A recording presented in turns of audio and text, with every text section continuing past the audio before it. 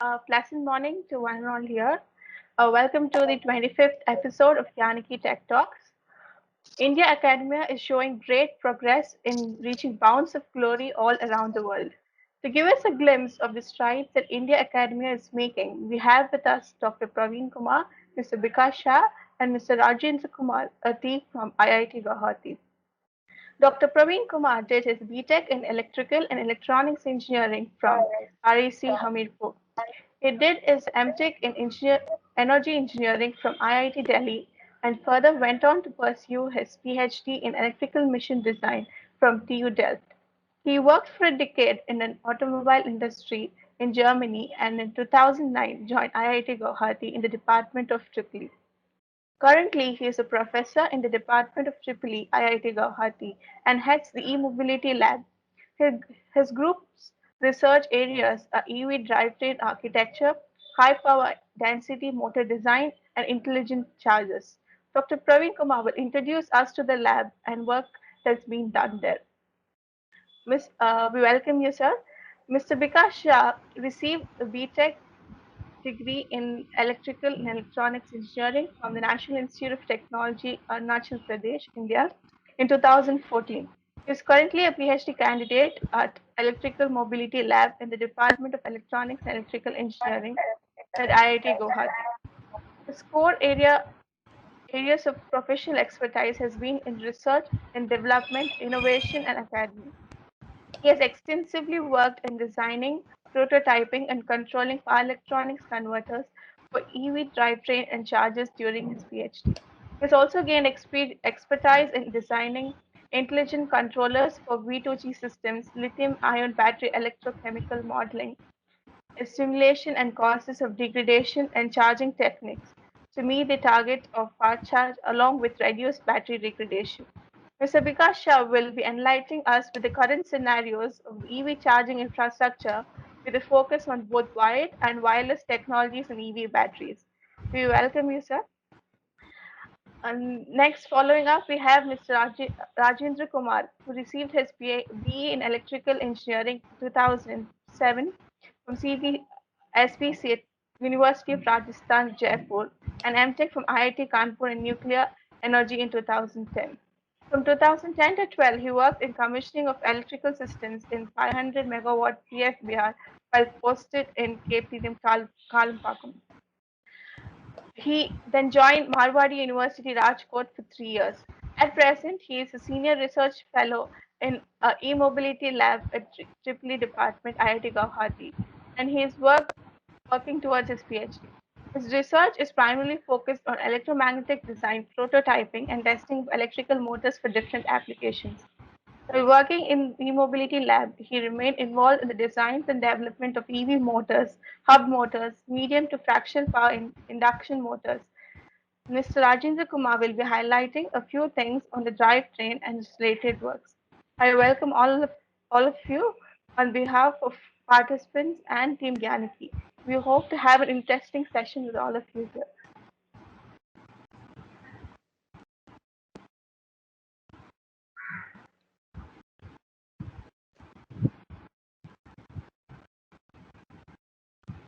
Thank you very much for the introduction. So I guess we can start with the presentations. Yes, sir. And I'll just share the screen and please do let me know if you can see it.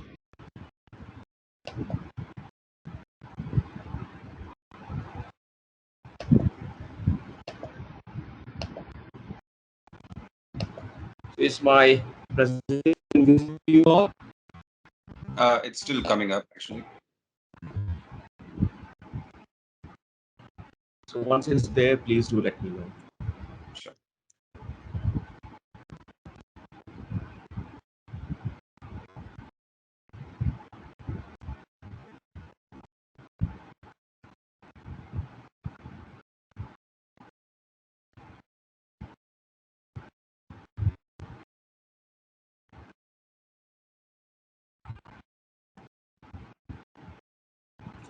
Has it come? Praveen, you may want to share it again once. Okay.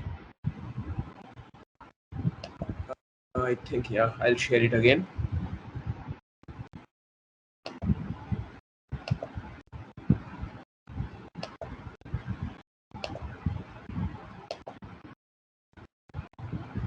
I have shared it again. So Okay, I think it's come up now. At least the screen is visible. okay, and the slides. Yes, now we can see. Okay, good. So I'll give you a brief introduction of the lab and its core research activities, which the other two research members of the team will be explaining in detail, Vikas and Rajendra. So here, just to give the genesis of what we are and how did it all started. The lab started in 2009 from the day I joined IIT Guwahati as a faculty member in part of Trupali. And our idea was to start some initial research in the EV domain, which was quite nascent in 2009. So in 2009, I think in India, no one believed in electric vehicles. And when we spoke to some people for projects and so on, I think we got was a laugh that okay, this is something which the Western world needs, and India is far away from it, and we don't need that, and so on. But today it has become a buzzword. Everyone is trying to do something with e-mobility. So in our lab, the focus was to create a research and development environment. Apart from that, we also try to focus on innovation, so new technology development from the scratch, and also do the service of technology recommendation for. Praveen, may Yeah, I interrupt you for a second? I'm sorry. So yeah, there's yeah. some concern with the network, I believe. So your voice is cracking up actually. It, To hear you clearly. I just try to move my location. Is it better now? Yes, Okay. try. Yeah. So yeah, and yeah, then we also started working on technology recommendation to the companies and also to governmental bodies, and also did some analysis for various OEMs in the country as well as for the think tanks of Government of India. And gradually we moved towards industry oriented research, and the location is in the Department of Triple E. Now in this Very slide, sorry. It's yeah. happening again. Oh, Losing a like when you start speaking, I think we can hear you, but then we tend to lose you in between. okay. So I'm not sure whether is it better now somehow. Yeah, momentarily it is. Okay, let me move to the other room. Maybe might be better. Is Sure. it better this way? Yeah, maybe you can just speak a little slower. Maybe if that helps with the network, I'm not sure. You can try that. Okay. Sorry about this. Because I hear you very clear. I hear you very clear. Yeah, it's so it's the opposite way. When you ask me, I can tell you that I can hear you, but as soon as you start Okay. speaking, it goes away again. Yeah, yeah. Okay, so let me give you a brief idea of the research activities of the e-mobility lab. So this slide here, it gives a snapshot of what all we do. We work on electric machine designs for EV applications. Some motors we have designed for industry applications as well. And recently, we have started work on using AI techniques to design the machines. And the idea is to reduce the time to design and also to get a design which is optimized and meets the requirements. And in near future, we are going to start work on system diagnostics. So maybe by second half of this year, system diagnostics would be a key issue where we would be working. And here the idea is that we would try to predict the failures before they actually happen in the motors and the drivetrain as well, and also to assist the repair and maintenance engineers and technicians to locate the faults that might have happened in the system. Now, this has become very important because unlike the internal combustion engine vehicles, we don't have a huge knowledge repository for electric vehicles. So today, if we go for to a repair workshop for ICE vehicles, then we just say that these are the kind of noises or sounds or vibrations I hear, and the technicians are able to locate what might be the possible fault.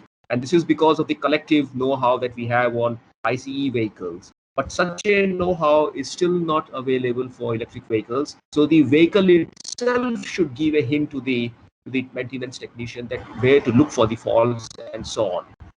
So that's what we call a system diagnostics. Now, on EV drivetrain, we have been working continuously on low, medium, and high power drivetrains. So starting right from two-wheelers up to the buses, electric buses, and also for some electric trucks.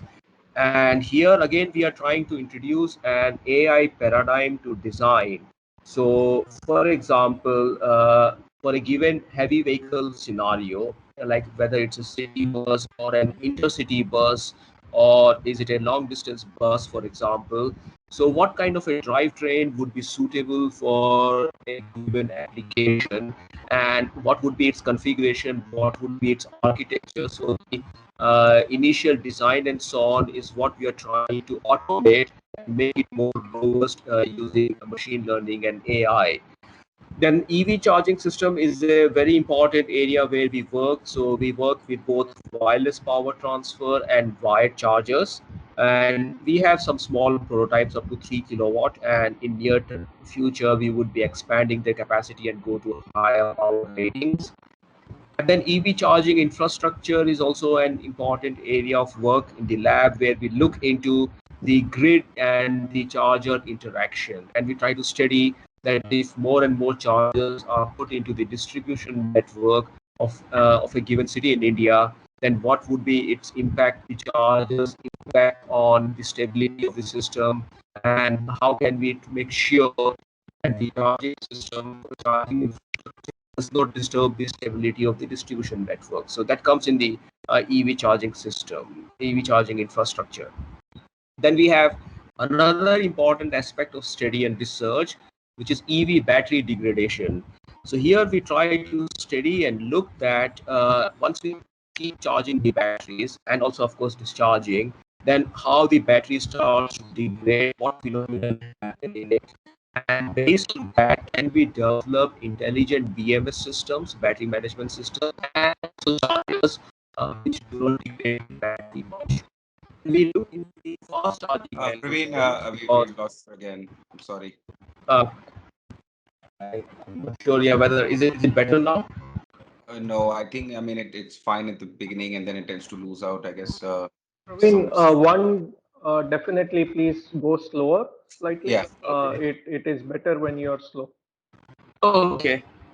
Yeah, I'll then try to speak slower so that we don't have the distortion.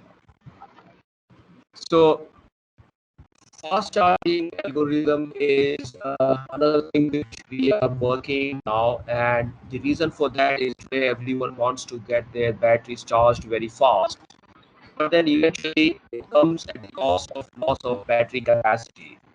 Now, in order to achieve an optimal balance between the rate of charging and minimum capacity fade, we need to find good charging algorithms, and that's where we work. And we try to look at the charging algorithms from the electrochemistry point of view and also from the battery's state of health and the grid condition point of view. So it's possible that maybe the battery might be able to accept fast charge, but at that given point of time, the grid might not be in a good situation, might be overloaded. So we have to strike a balance between what the battery wants and what the grid can give, and what is the optimal charging rate that we can go with. Then we all have started work on battery management system, both the hardware and the algorithms themselves. And here the idea is that the most of the BMS computing would be done on cloud servers. So rather than having localized computing in the vehicle or at the charging station location, the detailed computing would be done on cloud servers, and the relevant information would be sent to the battery and the actual vehicle. So this is the idea of the intelligent machine learning based BMS systems that we are trying to develop. And then the last point is on e-mobility infrastructure. So here we look at the environmental impact analysis, that once we have larger and larger number of EVs on road, then what is its implication from the point of view of the environment, and also look into the no commercial analysis that if we make the transition from ICE fleets to EV fleets or electrified fleets, then what are the financial implications? What are the costs involved? And also, we are trying to develop a new e-mobility as a service framework, which can be applied to the Indian city scenario. And here we also pay a lot of attention to the first mile and the last mile connectivity. How can that be done in Indian framework? Now, yeah, these are the list of some of the past team members. As we can see, already 15 PhD students have graduated from the lab over the years, 8 masters and a couple of bachelor students. Right now, we have 7 PhD students that are continuing their research work and 5 master students, and they're looking at various themes. And on this slide, you can see all the theses that PhD theses that have been finished, and they are available. Again, I'm Yeah. sorry. Is it possible to have somebody else take over? Maybe because I mean it's Yeah. put in effort, but you're not audible half the time, unfortunately. Yeah. So I think Vikas or Rajendra can take over.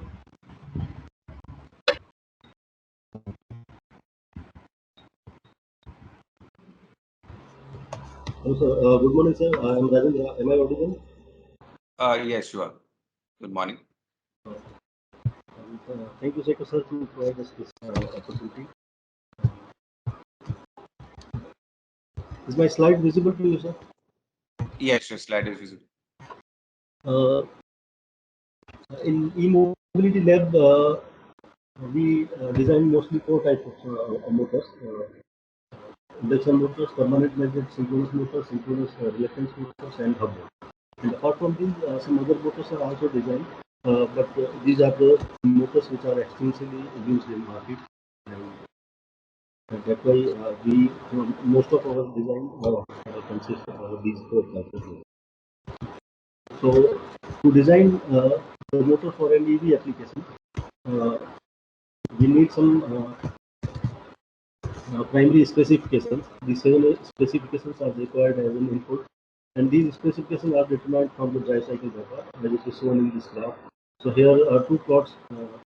2 blocks are plotted, and one is the blue color, which is the rated characteristics required for the vehicle of the motor, and the another one, the red one, is the peak power peak characteristics required for the motor. And so from in this table from 1 to 4, they are these parameters are derived from these 2 blocks, and then 5, 6, and 7, 8 are the electrical power supply parameters. What is the voltage limit and the current limit, and what kind of enclosure is required for the motor. So based upon using these around these 7 parameters, we design the motor. So these are the different steps which we use to design the motor. So there are 5 steps. Mr. Rajendra, can I ask you to Yes, sir. speak slightly slower and increase the volume, speak loudly? I'm louder. I'm very sorry to trouble you in Okay, between. okay, sir. Okay, sir. Yes, Okay, sir. please. So, sir, is it okay now? Yes, please go a little slower if you don't mind. Okay, Also. okay. Yes, yes, sure. So these are the 5 steps through which we go to design a motor. So the one is step 1 are the motor specification definition.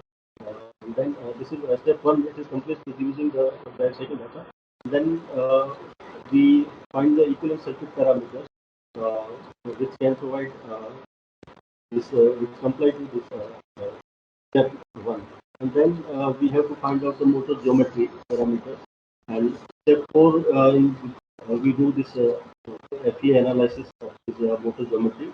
And then comes the step 5, final step, where this motor performance is evaluated for this geometry.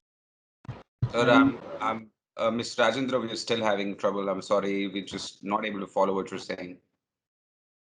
Some Okay, sir. And I believe we were going through a separate document here when Praveen was presenting. so see, Harsh, they are doing their different steps. Okay, that's Yeah. fine. So I'm just trying to make sure that not able to follow. So how do we figure this out? That's the.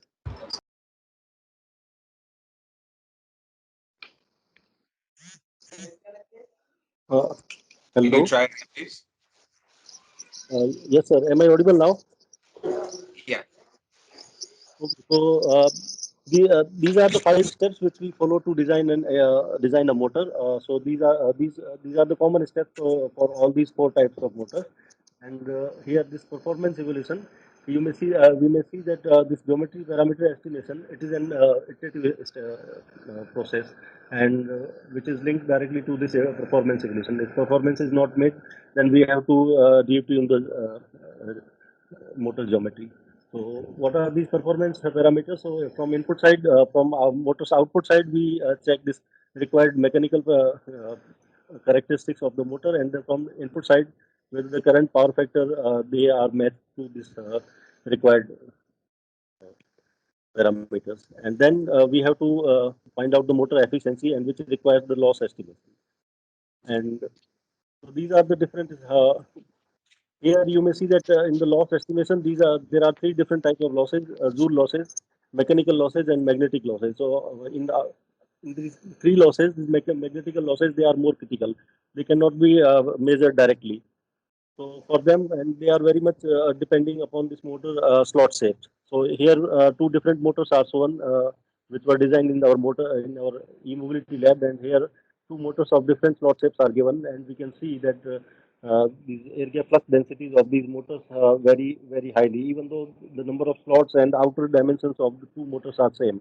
But their flux distribution is different, and flux distribution is different. That's why this magnetic losses are uh, different in these 2 motors. And if we use these, if we make 4 different prototypes using these 4 types of slots, and they are named as M1, M2, M3, and M4. And if we compare these magnetic losses, we found that uh, they are like this. The motor with M1 has highest magnetic losses, and motor with M3. M3 means this slot shape RSD R2. Here it is written that M4, M3 SD2 slot design, stator slot design number 2 SD2, and rotor slot design RD2. And now to exactly calculate these magnetic losses, we need these measurements, Epstein frame measurements, this material characterization. So for that we use this Epstein frame. So setup is shown here. It has one Epstein frame and one power amplifier is required. So for using this Epstein frame, we find this loss data of the material used for this motor design. And then once this loss data is extracted, we have to segregate the different losses in the motor. So different magnetic losses means the stray losses, hysteresis losses, and eddy current losses. So these 3 loss components are segregated. And then there are some guidelines or some constraints to design a motor. So these are the constraints which we have to follow while designing a motor, like stator current density that should be less than 30 for a liquid cooled motor, and the same in the rotor bar density, it should be less than 15 for a liquid cooled motor. And similarly, some slot combinations are also there. So so these type of we have to stay away from these slot combinations, which result in these type of conditions, because they ultimately give different vibrations and noises. Or, and then some other constraints are also there, that magnetic loading. Loading means the magnetic field density, average magnetic field density, that should be less than zero point 0.7. And what should be the stator field factor? And these 7 given in the table C. These 7 constraints are there. So we have to follow all these constraints. So following all these guidelines, we start to design a motor according to the for this speed torque characteristics, which was shown in the slide number 1. And then what do? We try different number of poles, and try to match all these required output characteristics for these all these number of poles. And then finally, this motor performance indices. So in performance indices, we select 5 parameters from motor volume to peak power, and then power density, and what is the mass. So uh, on the basis of these 5 parameters, we select the best motor. And after that, after selecting the best motor, means in terms of number of poles, we make at least 2 or 3 variants of the motor of different slot shape. And then we perform this FEA, and in FEA you may see this flux density distribution. So here two examples are given. So two motors of same slots, same number of slots, same outer dimensions are run in FEA, and flux density distribution is seen. And in the last stage, what do? We draw this efficiency for map for each motor. So for different control strategies, we make this efficiency map. So here two efficiency maps for this induction motor are given. So one is with the constant maximum voltage, and the another one is with constant slip. And then comes the second type of motor, which is a permanent magnet synchronous motor. So in this, all these motors which we design in our lab, they all are the interior permanent magnet motors, because uh, for, for EV application we can't put the motors on the surface, because the speed variation is very high, and speed range also is very high. So here three design specifications are there, configurations are there. So we selected design number 3. Design number 1, it is a simple configuration where this air gap is circular. Design number 2, we may see that this air gap, it is processed, and it is not circular. And in design number 3, there is one this bridge. Air bridge is inserted, air pocket is inserted, which acts as a bridge to make this magnetic flux density distribution close to the sinusoidal. So these three different type of design configurations are tried, and the third one, design number 3, this is adopted finally, and seeing all these uh, parameters given in this table, and then FEA is run for this one, and the similar efficiency maps are plotted for PMSM also, and these two graphs are given for 6-pole and 8-pole PMSM. And the third one is the SRM, synchronous reluctance motor. So in SRM, the design mainly lies in this the shape of these ribs, shape and the number of ribs. So we may see that there are 4 types of ribs which are generally used for in an SRM. So the circular barriers type, and then trapezoidal, and then smooth trapezoidal, and then smooth circular. And then so out of which this table shows that the smooth circular barrier type, it gives highest average torque and the low harmonics in this back EMF. So the fourth one is selected, and then the number of these ribs, the relation between the number of ribs and total the torque, shaft torque, it is given here. So as the number of ribs the output torque also increases. So the motor selected, the motor designed here, it is shown in this FEA model. So these are the different performance parameters, output mechanical and input electrical side parameters, which are given for this SRM model motor. And so total number of electrical motors are designed in for EV application, which had been prototyped. Uh, they are given in this table. So total more than 20 number of induction motors, industrial as well as for EV applications, had been designed. Then PMSM, 4 number of PMSM, and 2 synchronous reluctance, 2 induction hub motors. 2 are designed and 1 is prototyped. Then one dual rotor motor, which has 2 number of rotors. And so this one all about this motor design. And then from motor control side, uh, uh, our work is mostly focused on this DTC, direct torque control. So here one different charging this control technique is developed here, and in this technique, what we use is a intermediate DC to DC converter between this DC power supply and this inverter input, and then Sir, am I audible? Yes, you sir. are audible. Yeah. You are audible. Okay.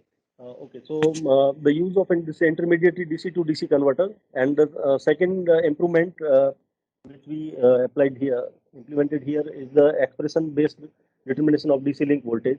So, and then the flux requirement, which is the optimal flux relation we developed using this uh, motor, running this motor on no load and loading condition, and using this optimal flux relation, we calculated this flux based on this current torque of the motor, or the instantaneous torque of the motor. So these are the different vector control techniques, and out of these DTC we have implemented. This is the block diagram for this DTC technique, and while applying this the proposed technique, we could find that the efficiency of the motor with the proposed technique and this intermediate DC to DC converter, the efficiency is increased to a very significant number. These are the two efficiency maps.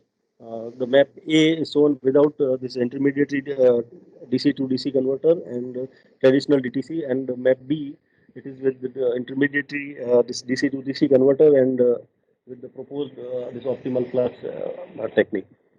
And this is the laboratory setup for this DTC. Thank you, sir. This is all about the motor control and motor design in this e-mobility lab.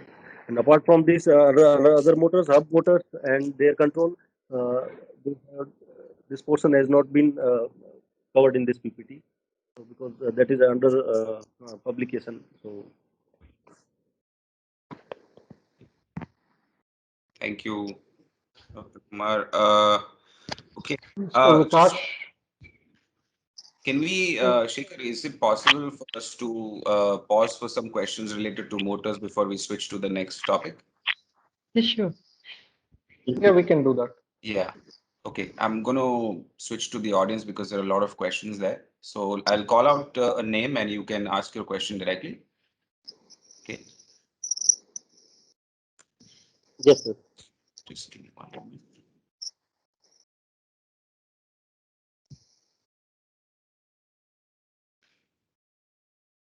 Okay. Arun Kumar, you had a question? Yeah, hi, this is Arun Kumar. With respect to the motor specification selection, you have given a couple of steps for arriving the motor spec and going for a parameter estimation and all. For this, what are the different tools that you are recommending for designing the appropriate motor?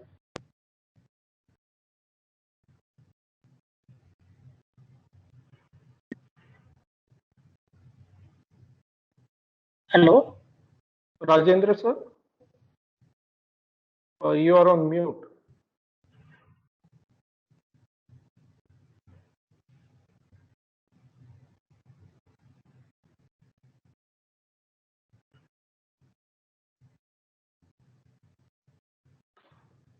Please repeat your question.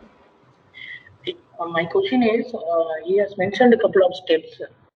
Yes, sir. To fulfill these steps, what are the different tools that you are recommending for doing a proper motor selection? Okay, different tools means we use this FEA, and before the FEA, we find the primary geometry of the motor, which uses this output equation, and then we use this equivalent circuit parameters, and from the to match these equivalent circuit parameters, we have to optimize this motor geometry, which were obtained from this output equation. And then this FEA we perform on this ANSYS, RMS and ANSYS.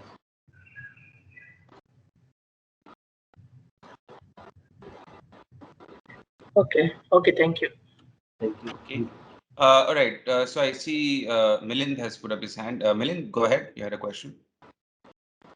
Yeah, so good morning. Thank you for nice overview. So a couple of questions from my side.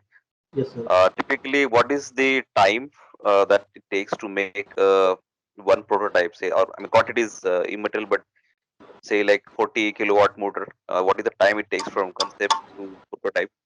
And if we have to work, what is your process of connecting with industry? This is Milind from AM India. We are company in powertrain, situated in Pune. So, to I design. think I will have to answer Yes, this sir. question. So to do the connect, you have to send us a requirement, and that then goes to the dean of R&D here in IIT Guwahati, and then an MOU is signed, and then the work starts. So the design phase of the machine itself takes around 2 months time, and then prototyping, since we do prototyping using laser cut, so that's a time consuming process. If it's a 40 kilowatt machine, then of course a large number of laminations have to be cut. So that would take around, complete prototyping would take around 2 to 3 months, because we have only one machine, access to only one machine, so there are a lot of jobs in pipeline. So from concept, from problem statement to a final prototype which is tested would be around 5 to 6 months time. Yeah, thank you. Understood. Thank you. Yeah. Okay. Right. So we have time for just a couple more before we switch to the next subject. Okay. Kunal. Yeah, hi, Kunal from BHL. Hello. Thanks for your presentation. It was very informative. I Thank just you. wanted to know 2 or 3 things. Yes. First of all, in the design steps that you elaborated, I couldn't locate the electromagnetic performance relation with the structural or the thermal aspect. So, because that Yes. would be a major part of the machine's designing. So, Yes. so this was Yeah. not. That was not covered in this PPT, but that stress analysis is required, and we do that.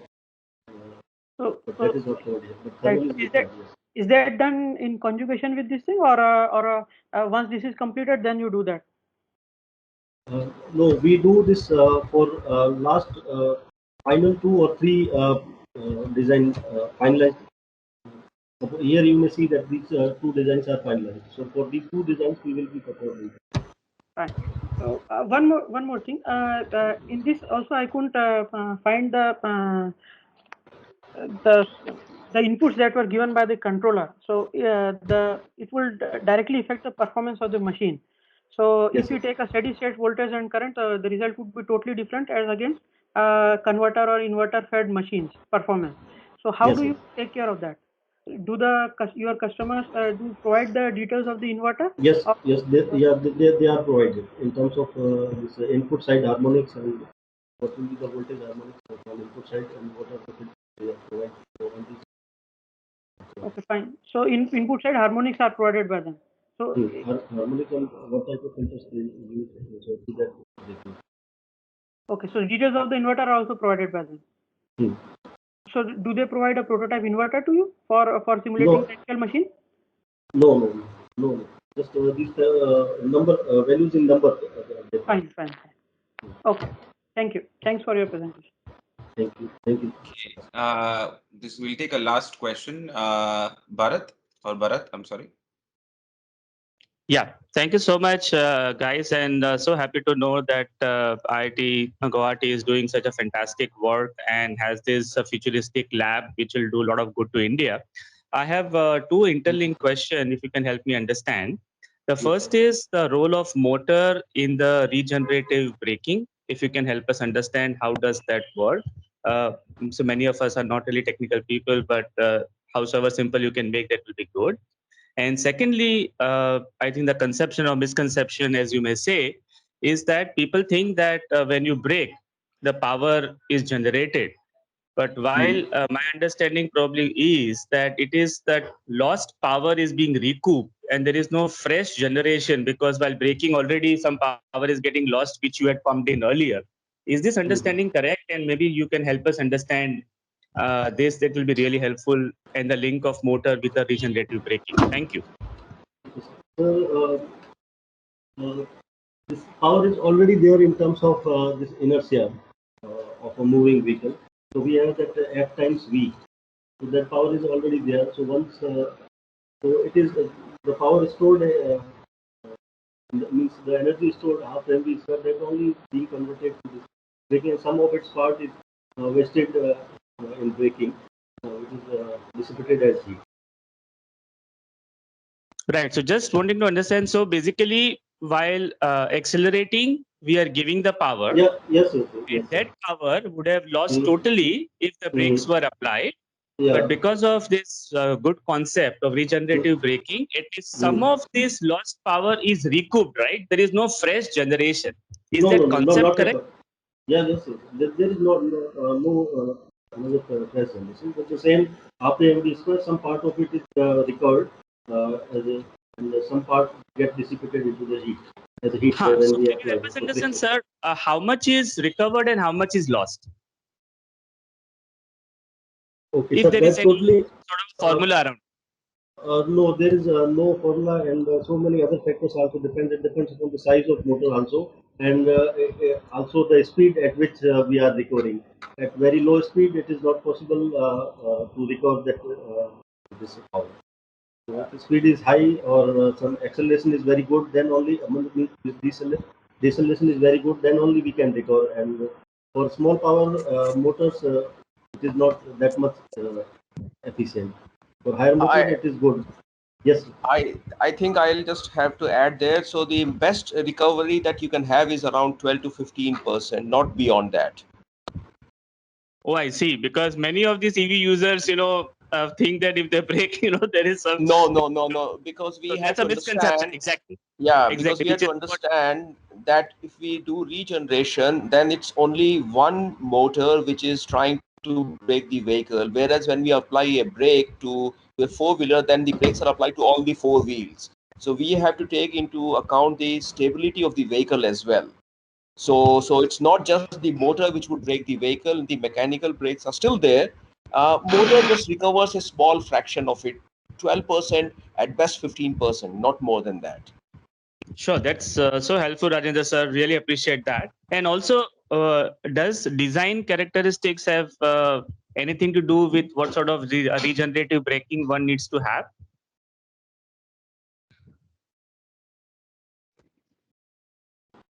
Yes. Hello. Yes, sir. Yeah, Yeah. design impacts, but we do not design the motors for regeneration, but rather we design them for traction, I because see. that's where the maximum efficiency is necessary. Great. Thank you so much. It's very clear. And wish you best of Yeah. luck for all the initiatives. Thank you. Thank you. Okay, so a question from the Gyanaki team before we switch to the next topic.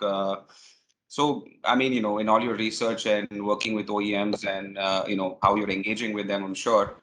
Can you give us some insights on what is the in the near future, especially with the Indian applications in mind, power density, packaging, performance. If out of those four you had to pick a one design that especially SRM, right, that's pretty new still, what would you pick as being as something that would be ideal, assuming supply chain and everything, sourcing is on par for all four design types? It has to be induction motors, because then we don't need to import any kind of magnets from anywhere. And copper is something which we have in plenty in the country, and copper refining, copper processing, and so on is very well established. So induction motor is something which India should be focusing on to have a sustainable transition to electrification of transportation. Fantastic. Thank you. Okay. I Yeah. think we can move to the next topic. Please go ahead with. Thank you.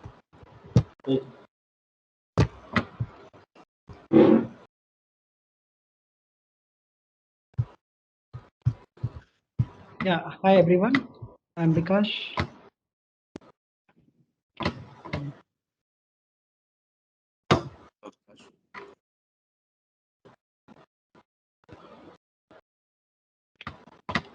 Is my presentation visible to everyone? Yes, Vikas. Yes. Yeah, thank you. So I will be presenting the work that we do on electric vehicle charging infrastructure. So I would like to introduce you what exactly a EV charging infrastructure is. So basically, it comprises of seven different entities. We have electric grid, communication system, controller, aggregator, charging station, electric vehicles, and stakeholders. So basically, I have listed only 4 stakeholders, but there are multiple around.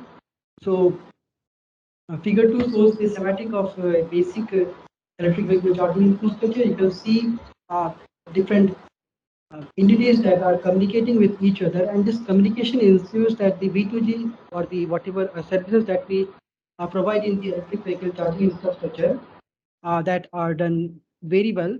So communication is one of the very important, like communication infrastructure is one of the major. Hello, is it audible to everyone? Yeah, Yes, yes. I'm Go sorry. ahead. Yes, yes. Go It ahead. was completely silent, so I just thought, yeah.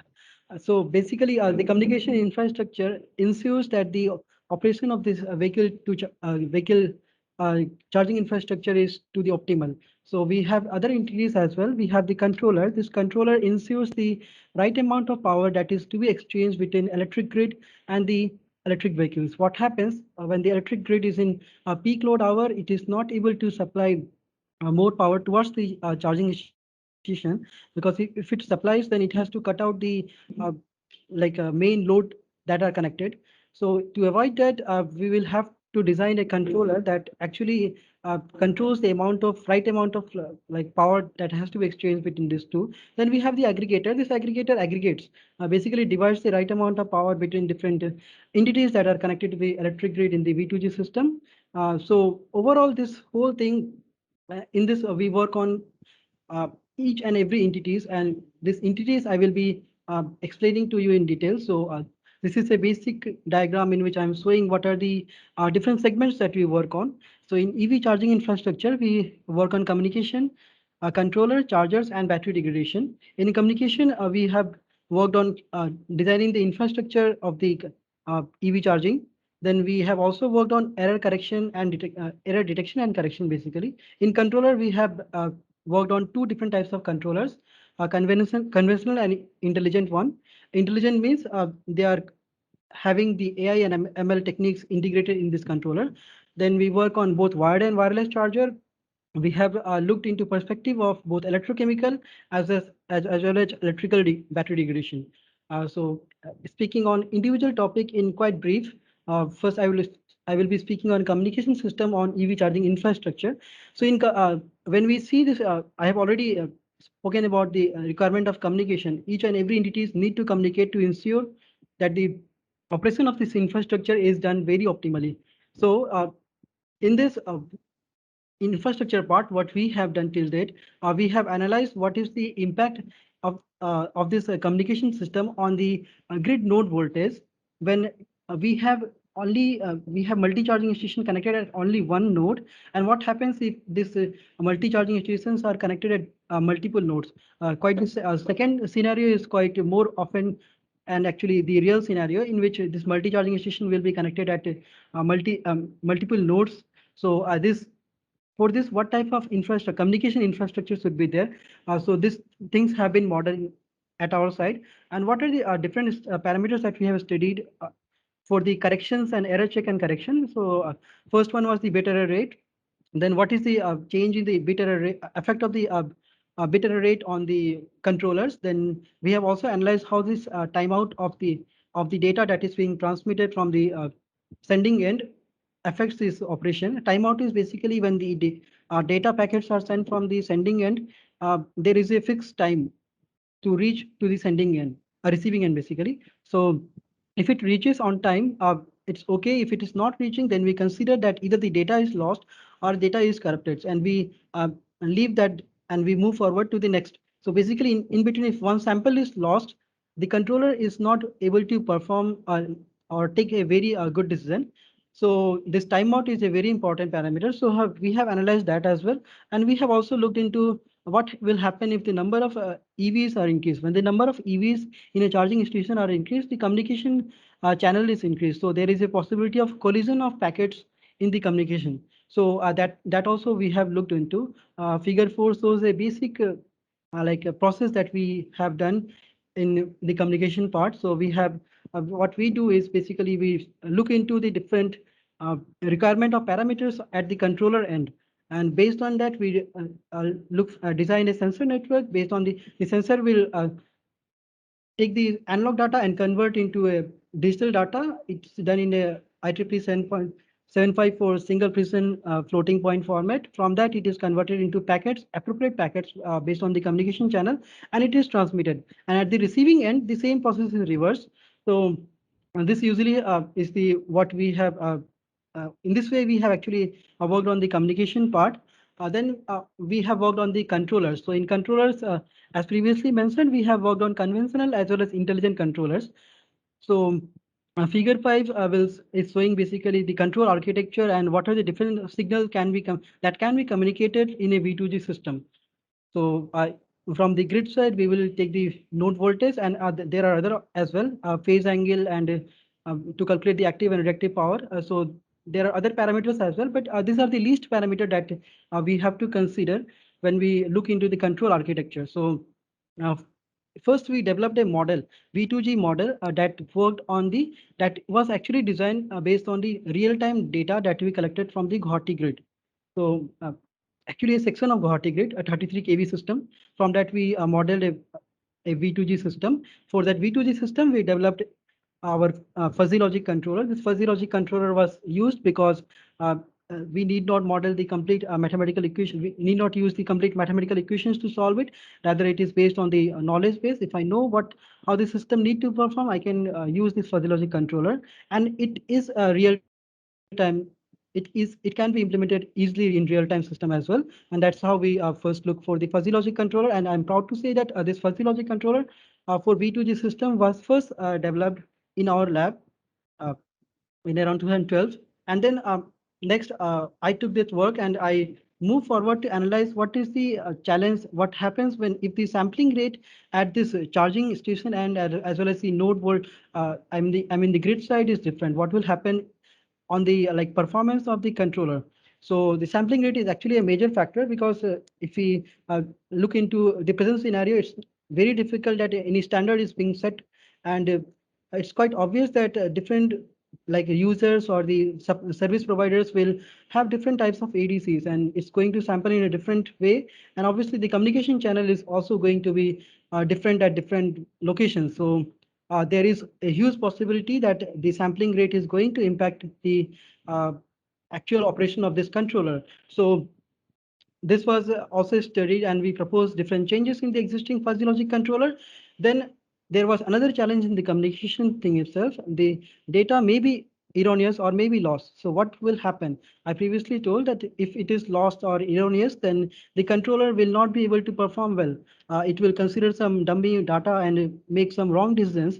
And especially when we look into the V2G and G2V perspective, basically when it switches from the power has to be given from a vehicle towards the grid, or maybe grid to vehicle. When the switching takes place in this V2G system, at that time small error can lead to large imbalance in the grid side and cause huge damage in the EV side as well. So we developed an intelligent controller. This intelligent controller comprises of data integrity correction and check. So this DICC block had a ANN as well as one algorithm that was checking if the data coming to the controller is correct. Once this data integrity check and correction was done, then it was sent to the fuzzy logic controller. This ensured that even if the data is being transmitted at different sampling rate, or even if the data is lost, this fuzzy logic, this whole intelligent controller will make sure that the transition from V2G and G2V,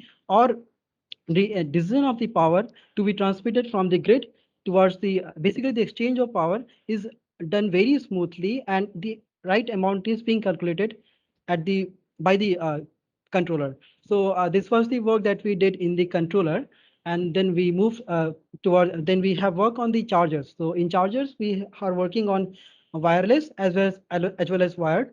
So in wireless, this is a basic schematic of this wireless system that we work on. So we will have a single phase AC input or a three-phase AC input that is converted into DC. This is using a rectifier. After this rectifier, we will have a high frequency inverter. This inverter will convert into a high frequency, generate high frequency AC, and this is passed to a compensation capacitor. This compensation capacitor is connected to the transmitter coil. From this transmitter coil, the like basically power is induced in the receiver coil. At the receiver end, we have again this process as a reverse. We convert this AC into a DC because the battery charges which is DC. So we convert this high frequency AC into DC using a high frequency rectifier, and this rectifier is connected in like filters are connected in parallel to reduce this ripple. Then a pure DC is given to this battery to charge.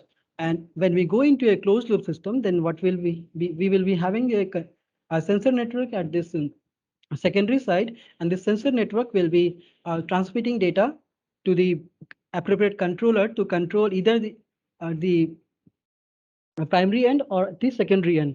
So the main parts of wireless power transfer system are basically the coupled transmitting and receiving coil. Then we have different power electronics converters, high frequency converter, inverters, and a high frequency rectifier or single, just a simple rectifier. Then we have the compensation network that is comprising of these capacitors. Then we have the sensor network, and we also have a control DSP system. So this figure 10 shows you the first wireless power transfer setup. This was a 1 kilowatt system that was developed in the lab. This is the work done by Gautam Rituraj as well as Brijesh Kushwaha. Both of them has graduated from our lab recently. So they used FPGA's board to generate high frequency pulses, and this was given to the high frequency inverter for high frequency AC generation. This was passed to this receiver transmitter coil. There was a receiver coil at the in this below end, and this was connected to the rectifier part. And the rectifier, we have some compensation network. So this was the first prototype, and it was a very small prototype. Then recently we moved on with a bigger prototype. It's a 2.2 kilowatt rated, but we can go up to 3 kilowatt as well. So for that, a new inverter was designed. It's a high frequency edge bridge inverter, and control was again done using the FPGA board. And this is this coil that I am showing here in the figure 12. This is a new design of the coil, and it was this coil design is actually patented from our lab because of this specialty, because of having high coupling coefficient at its end.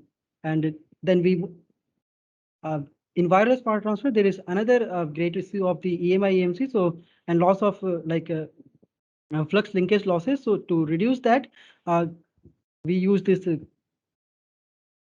ferrite bars to ensure that the coupling coefficient is improvised much better. So this was also done appropriately in our lab, and we could get manage to get one patent from this whole work. So next I would like to describe what are the different contributions in the wireless power transfer system that we have made till date. So in this in wireless power transfer, we have looked into two perspectives. One was the analytical, other was the experimental.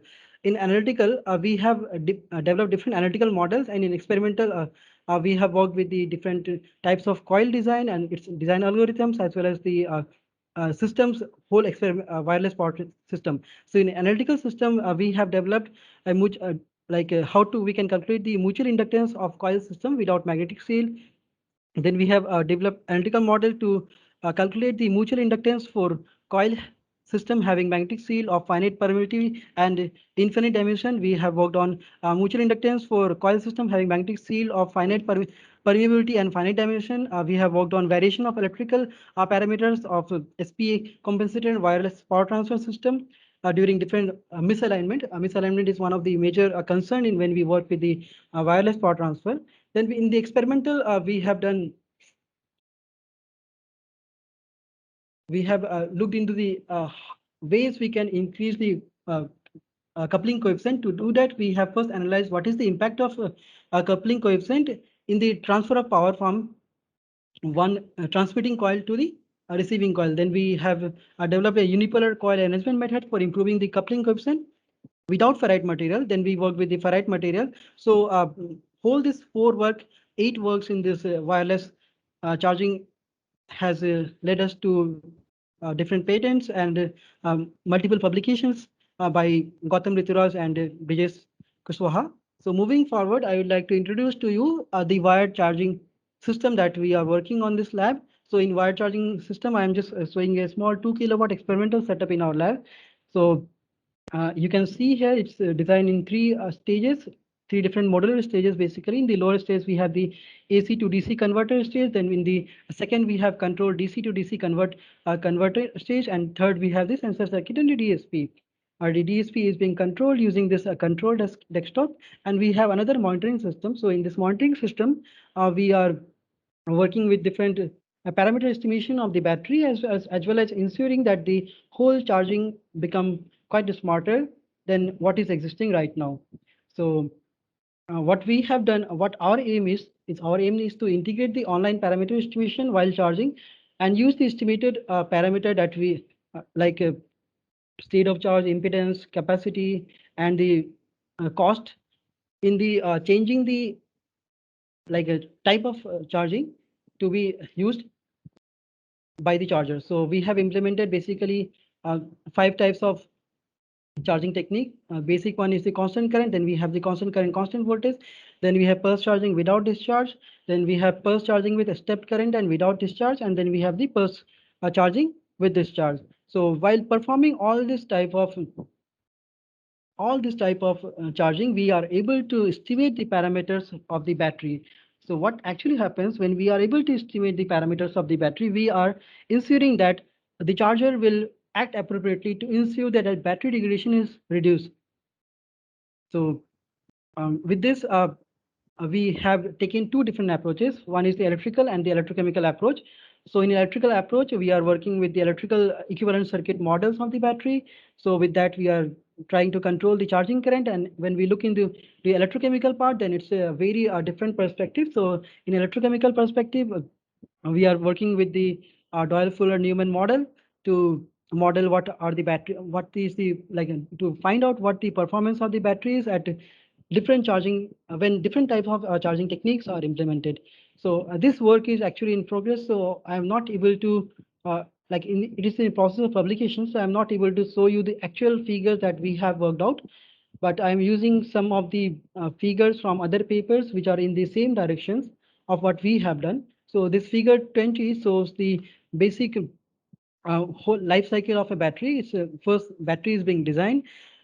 Then we look into the possible aging mechanism while designing this battery. Then it goes into production. In production, the first formation cycle is being done. The first formation cycle ensures that the first SEI layer is formed at the electrodes. This ensures that the active materials are not further lost when the intercalation process takes place in the battery. Once it is done, then it is given for application, whatever application we can look into. So when we, since we are working on EV, we look into the EV application. So in EV, what happens is basically it's the charge and discharge cycles. So with increasing the number of charge and discharge cycles, this SEI layer gets thick. And with the thickening of the SEI layer, the battery start to degrade. So when it start degrading, it's after a point of time, let it be a 70 to 80% of the total capacity. When it reaches, we consider that the battery is not applicable to be used in the EV.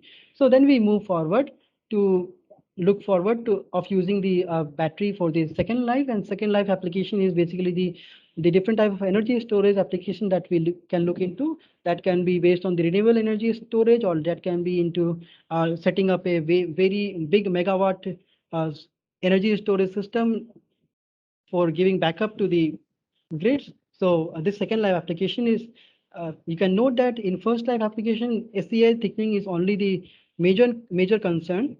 And in the second life, when we go, then the lithium plating comes into the picture. So this degradation process in the battery are basically three types. It's the chemical, mechanical, and electrical. Chemical mechanism are basically the loss of are because of the different chemical reactions that takes place in the battery. It's being it's an electrochemical battery system, so it's quite obvious that chemical reactions will be taking place. Then in the mechanical perspective, what happens, there is a lot of structural disordering, or when the increase in current, or like application of the increase in the amount of like amplitude of the current or anything happens, then the electrodes go into stress and it loses the active material, or electrodes are being the particles in the electrode are subjected to particle cracking. So these are some mechanical phenomena that happens. Then in perspective of electrical, it's basically the derived one, the capacity or the voltage or the current that basically the electrical parameters are in electrical performance are changed. The amount of energy that can be stored, that is reduced, capacity is reduced, and the voltage curve that we are expecting from the battery that we are not able to get. So these three types of degradation are the major degradation that happen in the battery. And figure 22 basically shows you what how this degradation are affecting leading to the capacity fade and the power fade. So this is all about the battery degradation, and thank you for having us in this platform. I'm open to questions. Thank you. Vikas. Thank you very much. Okay, guys. So unfortunately, we've sort of run way past usual time. But we'll take a few questions. So please raise your hands and I'll call you out. I do see there are a few folks already. Okay. Ravindra. Yeah. I am Ravindra Mohan. I am with the Charzone Electrical Infrastructure Charging Company working pan-India. I have 2-3 questions. You can choose to answer one and rest. I think if there is no time offline, you can answer to me. My email address will be there with kindly. The question is, do you design controllers of chargers or DC fast chargers, or only you are looking at the controllers from the grid, load dispatch only? Question number one. Okay. Well, I'll just tell you my questions, then you choose to answer. Huh? Yeah, sure. Second, now what I saw is you have generally power aggregators, the load dispatch. Whatever you talked about was more from the load dispatch centers to control the grid distribution to last mile delivery or the substations.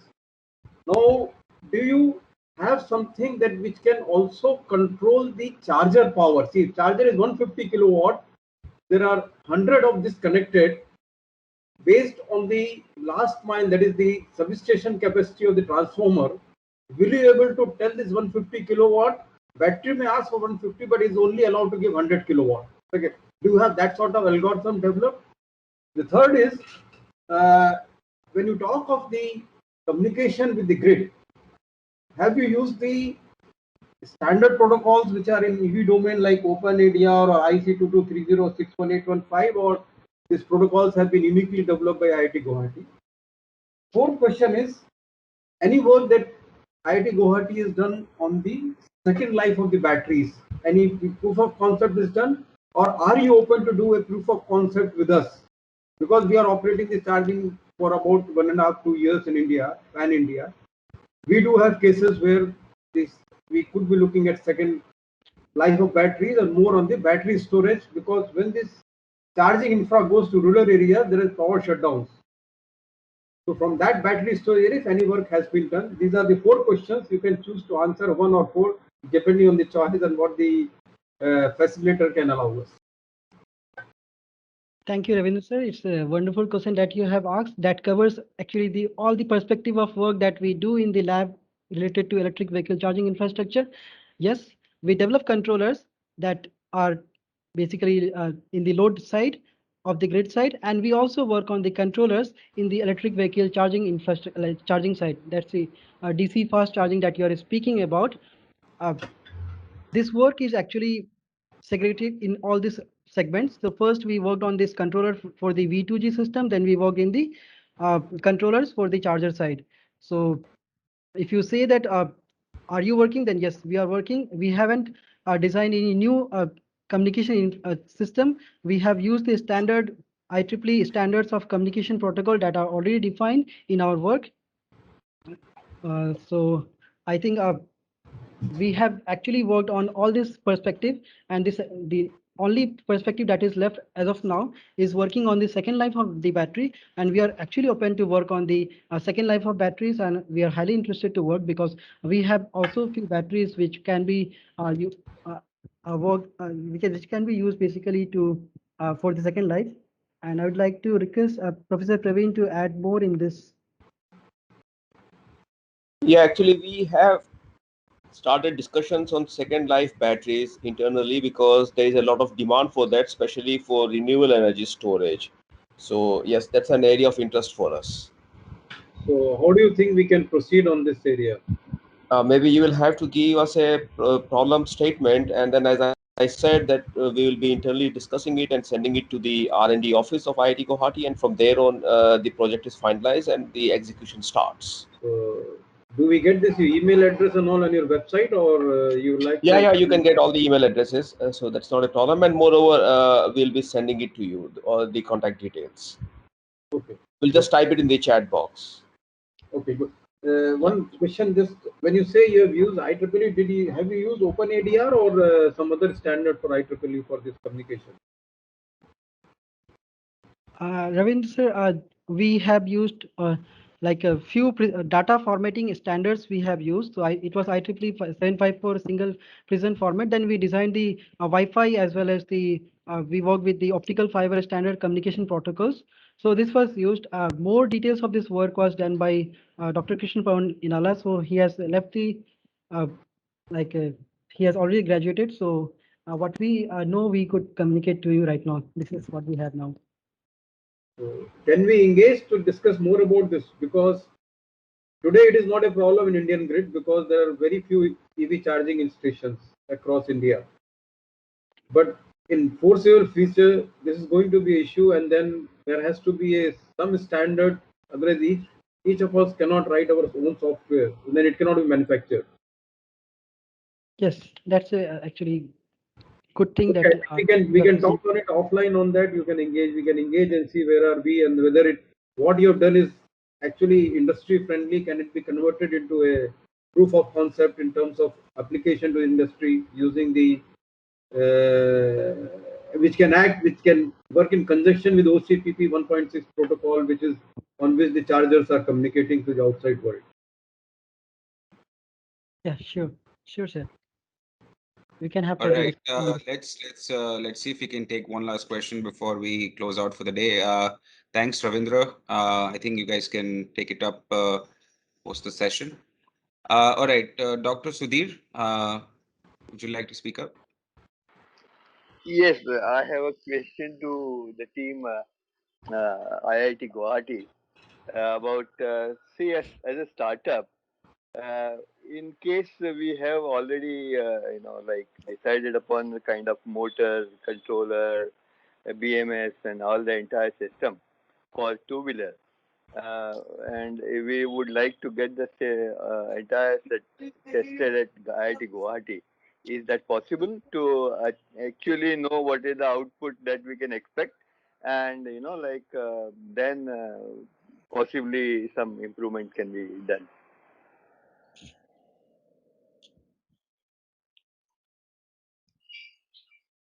Yeah, that is possible. That is possible to do. It's not a problem. So you just have to drop us an email. I have given my email ID in the chat box. So just drop me an email and then we will look into it. That's possible. Yeah, Praveen Kumar, we are connected on ResearchGates actually. Yes. So I'll get in touch with you. Okay. Yeah. Right. Thank you very much. So that's possible. And personally, I would like to visit. Let me see how can we do it after this pandemic. Sure. Okay. Thank you very much. Okay, guys. I see a lot of questions coming up, but I think we'll unfortunately have to stop for today. So as Dr. Praveen mentioned, he has left his contact details in the chat window. And again, if you aren't able to hear back from them in time, do let us know, and we'll see if we can, get your questions addressed. Dr. Praveen and the entire team, thank you so much, Dr. Rajendra, Vikas. Really appreciate you guys taking the time.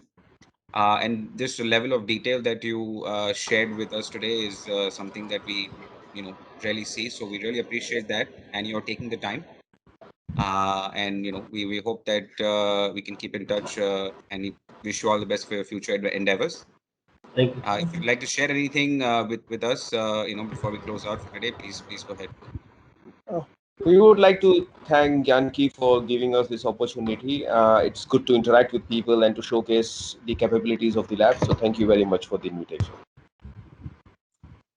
Absolutely, you're very welcome. All right, then I think that's going to be it for today, and we again look forward to seeing you next Saturday, same time. Thank you, everybody, and Thank have you. a good rest of your weekend.